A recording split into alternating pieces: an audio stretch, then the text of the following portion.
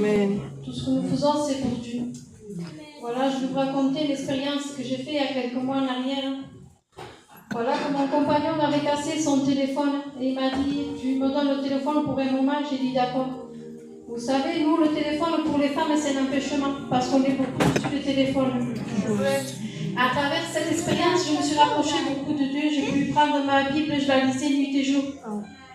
Je la dévorais, ma Bible, parce que je la comprends. Grâce à Dieu, Dieu me donne à la comprendre. Amen. Et je suis en train de lire la parole de Dieu. Et vous savez, pendant que nous dormons, avec le respect que je vous dois, nous voyageons. Et je disais à Jésus, chaque soir avant de me coucher, quand je finissais de prier, je disais, Seigneur, je veux avoir un songe, je veux voir quelque chose de ta gloire. Et vous savez, Jésus ne s'est pas fait attendre. Voilà que je me suis endormie et je suis arrivée dans le temple de Dieu. Amen. Quand je levais les yeux, je voyais un grand temple et je voulais rentrer dedans. Et une voix forte me disait, non, tu ne peux pas rentrer, ôte tes souliers car c'est la nuit très sale que tu vas rentrer. Je veux te faire voir tout ce que je veux te faire voir. Je disais, Seigneur, je peux rentrer maintenant? Elle me disait, oui, tu rentres. Voilà, quand je me tournais d'un côté, je voyais l'arche de l'Alliance à côté de moi. Ça a été quelque chose de formidable, c'était quelque chose de fait en or, mais c'était pur, je ne pouvais même pas rentrer. Je disais, Seigneur, quelle chose que tu me fais voir, moi, que je ne mérite rien.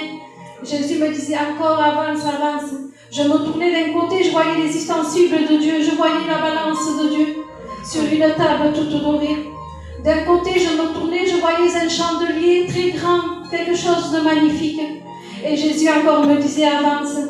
Je me suis avancée, j'ai vu le livre de la vie.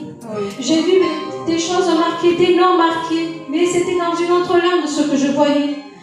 Et autour de moi, quand je me suis tournée, j'ai vu un grand voile tout rouge.